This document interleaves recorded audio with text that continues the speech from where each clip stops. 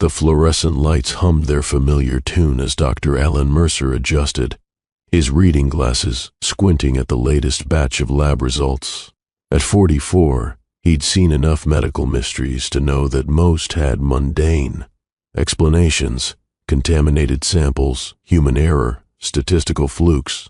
But the cluster of deaths scattered across 3 Ohio counties defied every rational category he could devise. 7 victims in 2 weeks, all previously healthy adults, all succumbing to aggressive fungal infections that seemed to hijack their nervous systems before killing them. The families described the same disturbing progression: confusion, then compulsive behavior, then death. One victim had walked into traffic, another had climbed onto their roof and jumped. The autopsies revealed massive fungal networks threading through brain tissue like pale spider webs. Alan's coffee had gone cold hours ago, but he barely noticed. His phone buzzed. Another text from Sarah about the mounting medical bills. Her father's cancer treatment had depleted their savings before he died 6 months ago, and now creditors circled like vultures. The irony wasn't lost on him. A doctor's family drowning in medical debt. Dr. Mercer? His research assistant, Jenny, appeared at his office door. The water samples from Millfield came back. You're going to want to see this.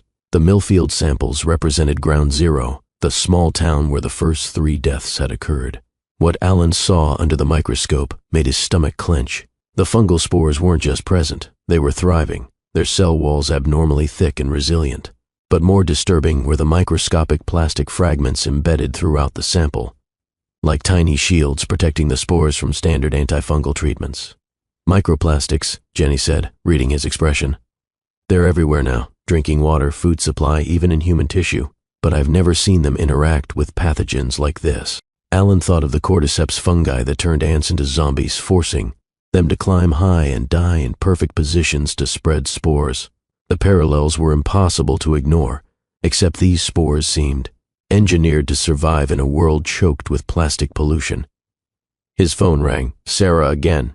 He let it go to voicemail, knowing it would be about Emma, their 16-year-old daughter, who'd started attending some after-school program called Truth Seekers. The name alone set off every parental alarm he possessed. I'm going to Millfield tomorrow, he told Jenny. Something's not right about this outbreak. The drive to Millfield took him through Rust Belt, Ohio, past abandoned factories, and half-empty strip malls that spoke to decades of economic decline. The town itself felt hollow, like a place people left but never returned to. The local health department was housed in a converted elementary school, its hallways still decorated with faded murals of smiling children. Dr. Patricia Vance, the county health officer, met him with dark circles under her eyes and hands that trembled slightly when she shook his. Thank God you're here, she said. We've got 2 more cases as of yesterday. Same symptoms, same progression. She led him to a cramped office where files covered every surface. The strange thing is, all the victims had recent dental work. I know it sounds crazy, but what kind of dental work? Experimental stuff. There's a clinic here that's been doing these unusual procedures, tooth and eye transplants for people with certain types of blindness. The success rate is actually remarkable, but some patients have been reporting hallucinations afterward. Alan felt something cold crawl up his spine. Hallucinations of what? Shadow figures. Voices. They all described the same thing, dark shapes that whisper through their vision. The transplanted teeth seemed to act like receivers almost. That evening, Alan interviewed 3 surviving patients at the Millfield General Hospital. Each had undergone the tooth and eye procedure, and each described the same phenomena, shadows that moved independently, of light sources, whispered conversations in languages they didn't recognize, and a persistent sense of being watched. Mrs. Henderson, 73, gripped his hand with surprising strength. They told me I was lucky, she said, her transplanted eye darting independently from her natural one. Lucky to see again. But what I see, doctor, I see things that aren't there. Or maybe I see things that are there but shouldn't be. What do you mean? The Hatman.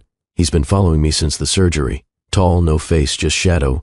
He whispers through this eye. She touched the transplanted area. Tells me things. About the children. What children? The ones in the cages, outside the windows.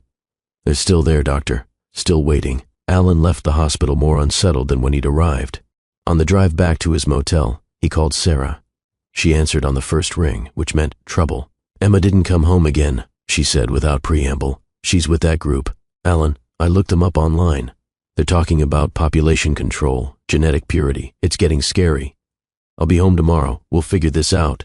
And Dr. Morrison called about the bills. We've got 30 days before they send us to collections.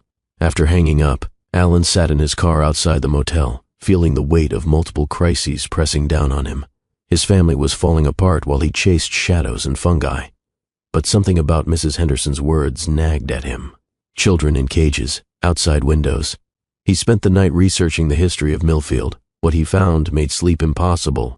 The town had been built around the Millfield State Home for Children, a massive orphanage constructed in 1932. The facility had been notorious for its experimental fresh air treatment, suspending infants and toddlers in wire. Cages outside upper-story windows even in winter, believing exposure to the elements would strengthen them. Dozens of children had died. But the orphanage's real horror lay in its basement laboratories where Dr. Cornelius Blackwood had conducted biological weapons research under government contract. The files Alan found were heavily redacted, but references to fungal cultivation and behavioral modification studies appeared throughout. The facility had been shut down in 1954 after a fire killed 37 children. The official cause was electrical failure, but witness accounts described children walking deliberately into the flames, as if compelled. Dr. Blackwood had vanished the same night, along with all his research notes. The building still stood, abandoned on the outskirts of Millfield. Alan spent the next morning at the county records office, where a helpful clerk named Dolores provided him with architectural plans and resident lists. The orphanage basement had been extensive, multiple levels extending deep, underground, connected by tunnels that predated the building itself. My grandmother worked there, Dolores said quietly.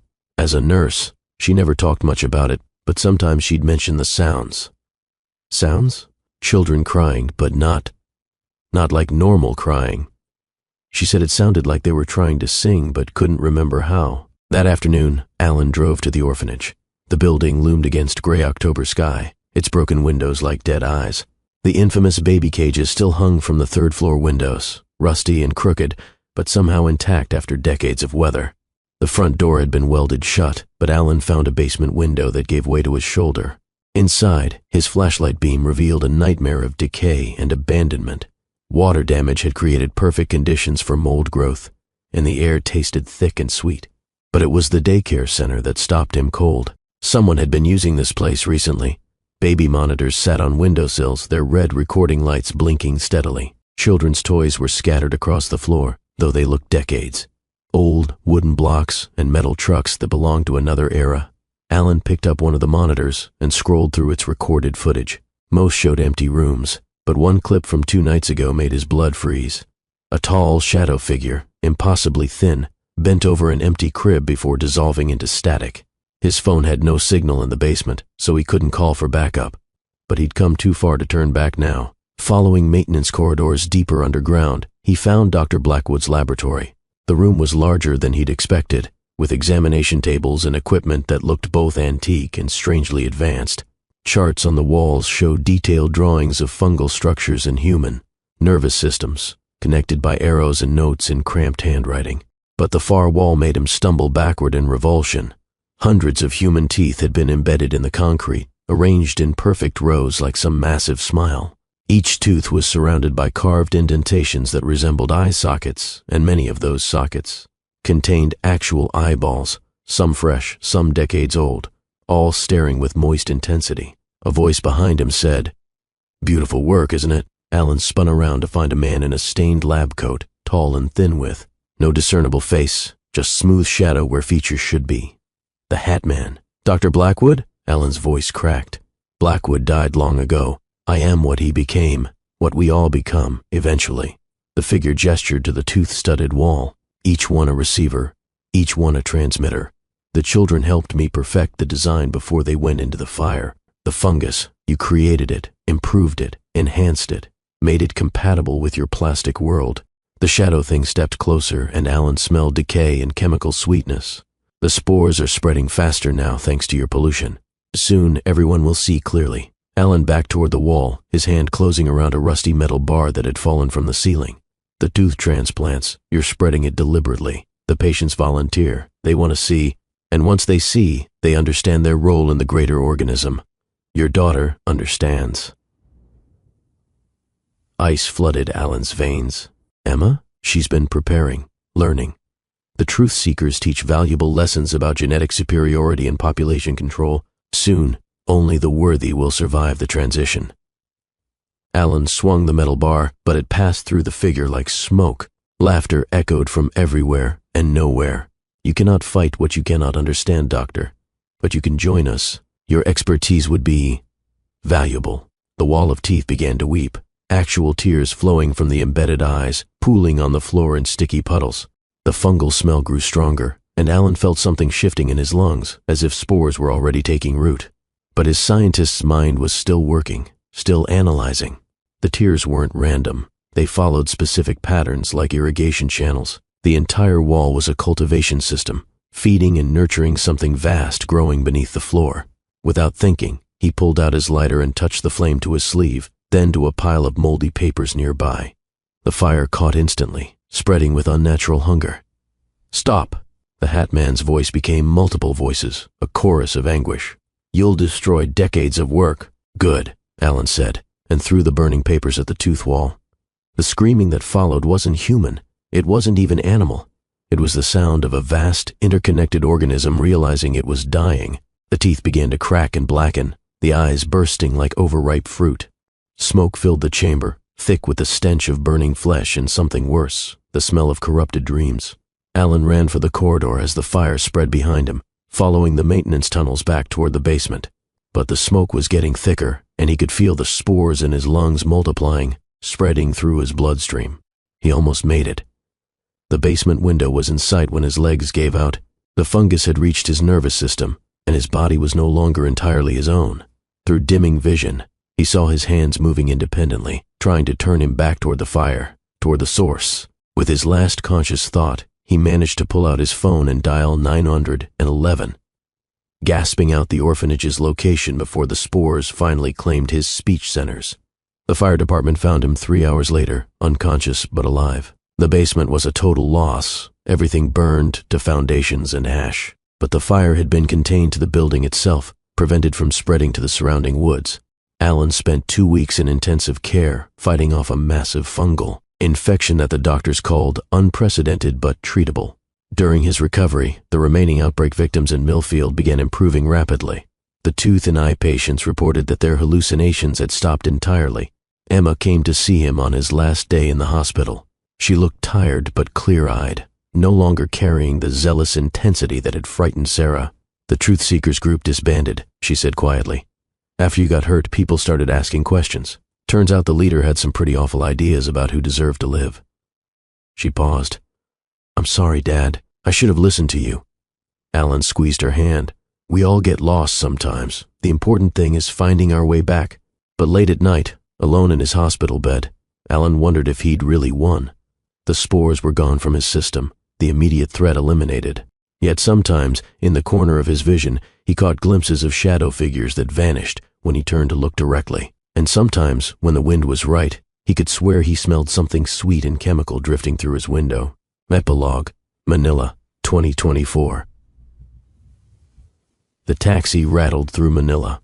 Traffic, its driver, Miguel Santos, humming along to the radio. 20 years of driving had taught him to spot the unusual passengers, the ones who paid due. Much, spoke too little, or seemed to exist slightly out of phase with the rest of the world.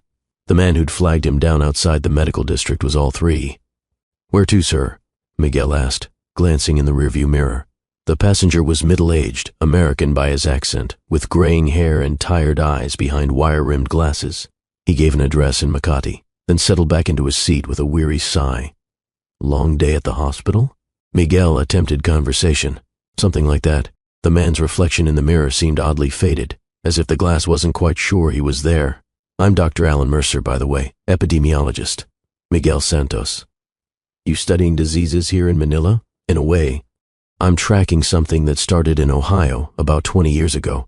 It's taken me to 17 countries so far. Dr. Mercer rubbed his temples. Fungal infections with behavioral modification properties. The spores seemed to be adapting to urban environments, using microplastic contamination as a vector. Miguel nodded politely, though he didn't understand half the words. Scientists always talked like that, making simple things sound complicated. You have family back in America, Doc? I did. My wife died in a car accident in 2019. My daughter, the man paused. My daughter is doing well. She's a doctor now, too, working in refugee camps. She doesn't know I'm still alive. Something about the way he said it made Miguel glance back in the mirror. For just a moment, the back seat appeared empty. Then Dr. Mercer was there again, solid and present. Traffic's getting bad, Miguel said. More to hear his own voice than to communicate information. Might take an extra 20 minutes. That's fine. I have nowhere else to be. They drove in silence for several blocks. Miguel found himself checking the mirror compulsively, and each time he looked, Dr. Mercer seemed a little less substantial, a little more transparent. Doc, you feeling okay back there? No answer. Miguel pulled over at the next intersection and turned around. The back seat was empty. No passenger, no luggage, no evidence anyone had been there at all. But on the seat, barely visible, was a small pile of what looked like pale dust. As Miguel watched, a slight breeze from the air conditioning scattered it toward the open windows. He sat in his idling taxi for 10 minutes, staring at the empty back seat, and trying to convince himself he'd imagined the whole thing. But the fare was still running on his meter, and when he checked his logbook later, there would be an entry for Dr. Alan Mercer with a pickup time, route, and payment amount. Miguel never talked about that ride, but sometimes, late at night when the traffic was light and the city felt thin around the edges, he would catch glimpses of shadow figures in his peripheral vision. And sometimes, when the wind was just right, his taxi would fill with the faint smell of something sweet and chemical. The spores, after all, had learned to be patient.